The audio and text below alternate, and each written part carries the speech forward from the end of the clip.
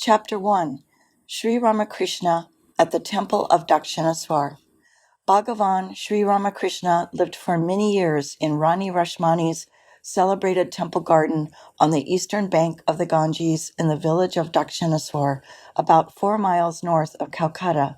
This temple, with the garden attached, was dedicated by its foundress, Rani Rashmani, to the Divine Mother Kali.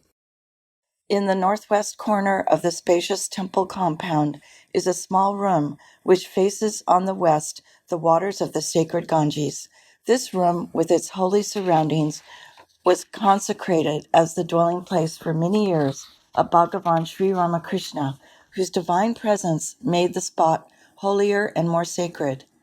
It was from this retired corner that the rays of his divine glory, emanating from his God-intoxicated soul, dazzled the eyes of the seekers after truth and attracted them to him as a blazing fire attracts moths from all quarters.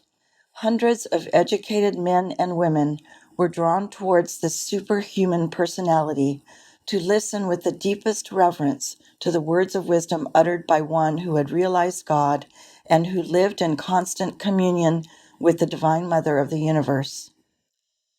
One Sunday in the month of March, 1882, Mahendra, hearing from a friend about this divine man, was so deeply impressed that he came to the temple garden to pay him a respectful visit.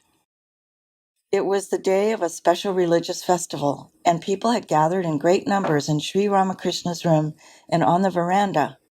The Bhagavan was seated on a raised platform, and on the floor around him were Kedar, Suresh, Ram, Manmohan, Bijoy, and many other devotees. They gazed up into his radiant face and drank the nectar of the living words of divine wisdom that fell from his hallowed lips. With a smiling face, Sri Ramakrishna was speaking to them of the power of the Lord's holy name and true bhakti as the means of attaining God vision. Addressing Bijoy, he asked, "What do you say is the means of attaining to God?" Bijoy, Bhagavan, by the repetition of his holy name. In this age, the holy name of the Lord has saving powers. Bhagavan, yes, the holy name has saving powers, but there must be earnest longing with it. Without earnest longing of the heart, no one can see God by mere repetition of his name. One may repeat his name, but if one's mind be attached to lust and wealth, that will not help much. When a man is bitten by a scorpion or a tarantula, mere repetition of a mantra will not do. A special remedy is necessary. Bijoy, if that be the case, Bhagavan, then how did Ajamila, who was the greatest of sinners and committed all sorts of crimes, obtain salvation by repeating the name of the Lord at the time of his death? Ramakrishna, perhaps in his previous incarnations, Ajamila was righteous and performed a great many good deeds. Besides, it is said that he practiced asceticism later in this life. It may also be said that at the last moment of his life, the repetition of the holy name purified his heart, and therefore he attained salvation. When an elephant is washed, immediately he throws dust and dirt over himself. But if he is kept in a clean stall after his bath, then he cannot cover himself with dirt. By the power of the holy name, a man may be purified, but he may once more commit sinful acts because his mind is weak. He cannot promise that he will never sin again. The water of the Ganges may wash away past sins, but there is a saying that sins perch on the top of trees. When a man comes out of the Ganges and stands under a tree, the sin drops over his shoulders and seize upon him. These old sins ride him, as it were.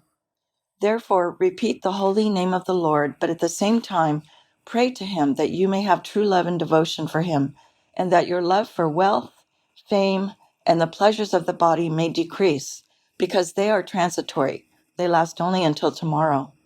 When there is true devotion and love, one can reach God by any of the sectarian religions. The Vaishnavas, the worshippers of Krishna, will attain God in the same way as the Saktas, the worshippers of the Divine Mother, or the followers of Vedanta. Those who belong to the Brahmo Samaj The Mahometans and Christians will also realize God through their respective religions. If you follow any of these paths with intense devotion, you will reach him. If there be any mistake in the path chosen, he will correct the mistake in the long run. The man who wishes to see Jagannath may go towards the south instead of towards the north, but someone will sooner or later direct him in the right way, and he will surely visit Jagannath in the end.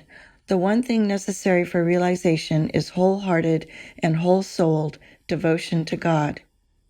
Vaishnavas, Mahometans, Christians, and Hindus are all longing for the same God, but they do not know that he who is Krishna is also Shiva, Divine Mother, Christ, and Allah.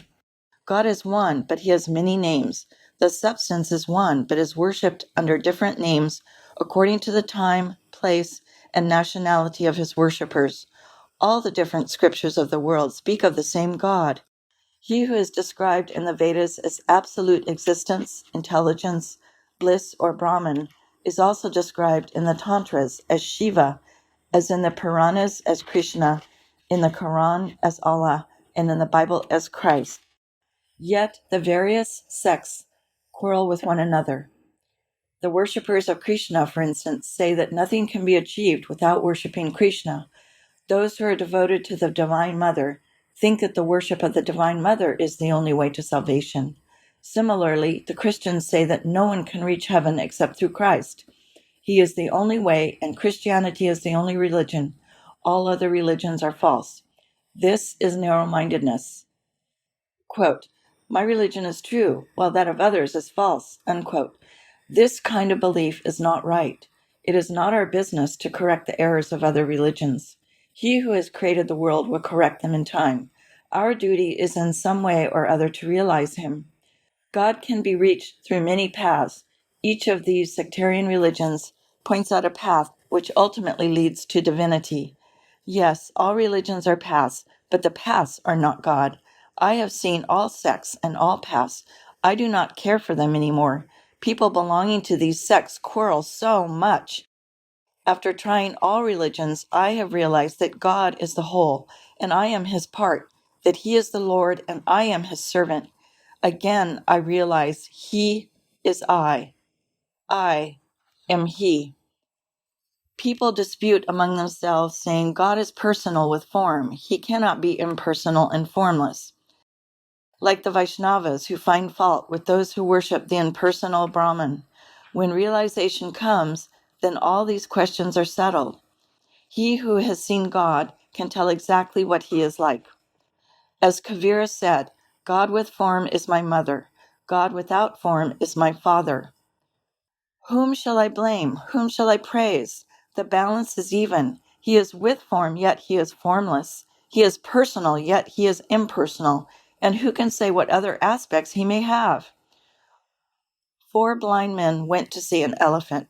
One touched a leg of the elephant and said, "The elephant is like a pillar." The second touched the trunk and said, "The elephant is like a thick club." The third touched the belly and said, "The elephant is like a huge jar." The fourth touched the ears and said, "The elephant is like a big winnowing basket." Then they began to dispute among themselves as to the figure of the elephant. A passerby, seeing them thus quarreling, asked them what it was about. They told him and begged him to settle the dispute. The man replied, "None of you has seen the elephant. The elephant is not like a pillar. Its legs are like pillars. It is not like a big water jar. Its belly is like a water jar. It is not like a winnowing basket. Its ears are like winnowing baskets. It is not like a stout club. Its trunk is like a stout club. The elephant is like the combination of all of these." In the same manner do these sectarians quarrel who have seen only one aspect of the deity. He alone who has seen God in all his aspects can settle all disputes. Again, 2 persons were hotly disputing as to the color of a chameleon. One said, "The chameleon on that palm tree is of a red color." The other, contradicting him, replied, "You are mistaken. The chameleon is not red, but blue." Not being able to settle the matter by argument, both went to the person who always lived under that tree and had watched the chameleon in all its phases of color. One of them asked him, "Sir, is not the chameleon on that tree red?" The person replied, "Yes, sir." The other disputant said, "What do you say? It is not red, it is blue." The person again humbly replied, "Yes, sir." The person knew that the chameleon is an animal which constantly changes color. Thus it was that he said yes to both these conflicting statements. The Sat Chit Ananda, the absolute existence, intelligence, bliss, likewise has many forms. The devotee who has seen God in one aspect only knows him in that aspect alone. But he who has seen him in manifold aspects is alone in a position to say with authority, "All these forms are of one God, and God is multiform.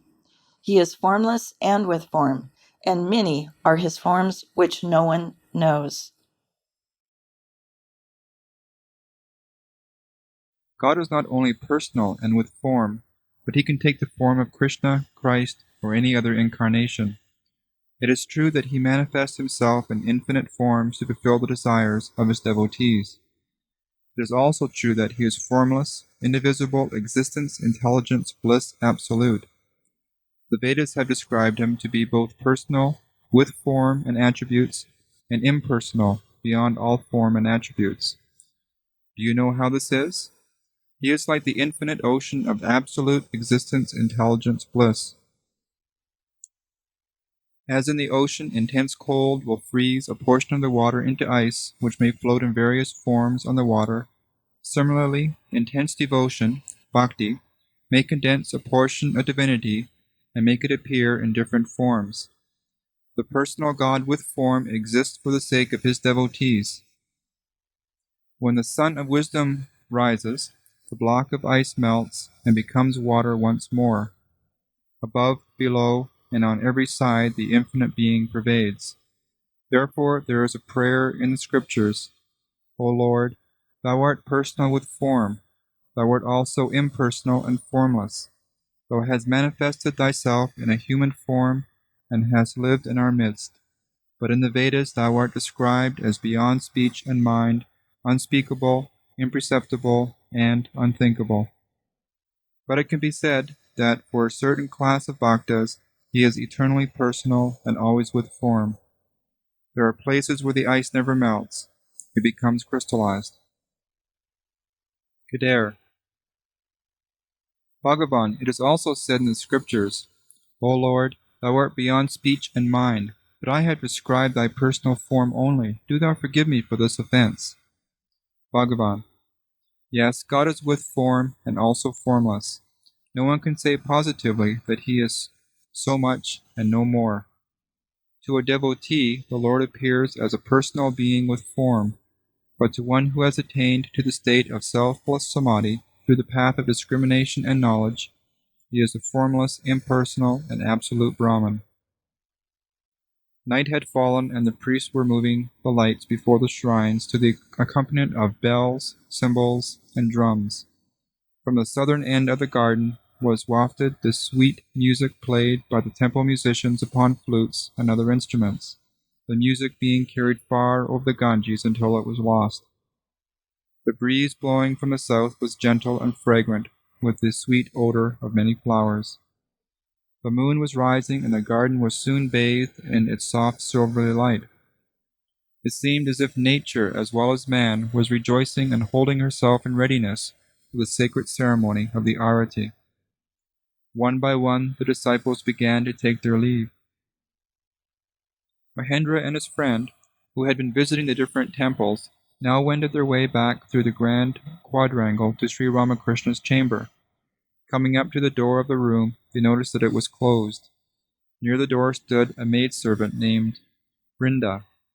Mahendra spoke to her, saying, "Well, my good woman, is the holy man in?" Vrinda, "Yes, he is in his room." Mahendra, "I suppose he has many books to read and study." Vrinda, "Oh dear, no, not a single one. Everything, even the highest truths, is spoken by his tongue. His words are all inspired." Mahendra, "Indeed. Is he now going through the evening service? May we go in? Will you kindly tell him of our anxiety to see him? Brinda: Why, you may go in, my children. Go in and take your seats before him. Thereupon they entered the room. No other people were there. Bhagavan Sri Ramakrishna was alone, seated as in the afternoon on the platform beside his bed. Incense was burning and the doors were closed. Mahendra saluted the Bhagavan with folded hands. The mat was pointed out on the floor. At his word, Mahendra and his friend took their seats upon it. The Bhagavan asked him, What is your name? Where do you live? What are you? What has brought you to Bahanagora? Mahendra answered each of these questions, but he noticed that in the course of the conversation Sri Ramakrishna's mind was fixed upon some other object on which he was meditating. He was only half conscious of the physical plane, and his attitude resembled that of a man quietly seated, rod in hand, intent on catching fish. When the float trembles and the fish bites, the man eagerly looks at the float, grasping the rod with all his strength. He does not talk to anyone, but his whole mind is fixed upon the float. Such was the Bhagavan's concentration at this moment. Mahendra learned afterwards that this was the state of samadhi, or God consciousness, which invariably came over him every day during the evening service. Very often in this state, he would become absolutely unconscious of the external world. Mahendra, observing his abstraction, said to Sri Ramakrishna, I am afraid, Bhagavan, that thou wouldst prefer to go through the evening service alone. In that case we will not disturb thee any more, but we will come some other time. Sri Ramakrishna replied, Oh no, you need not be in a hurry. But he was silent again for a time. He then opened his lips and said, Sandhya? Evening service? It is not that. A short while after, Mahendra saluted the Bhagavan, who in turn bade him good-bye, saying, Come again.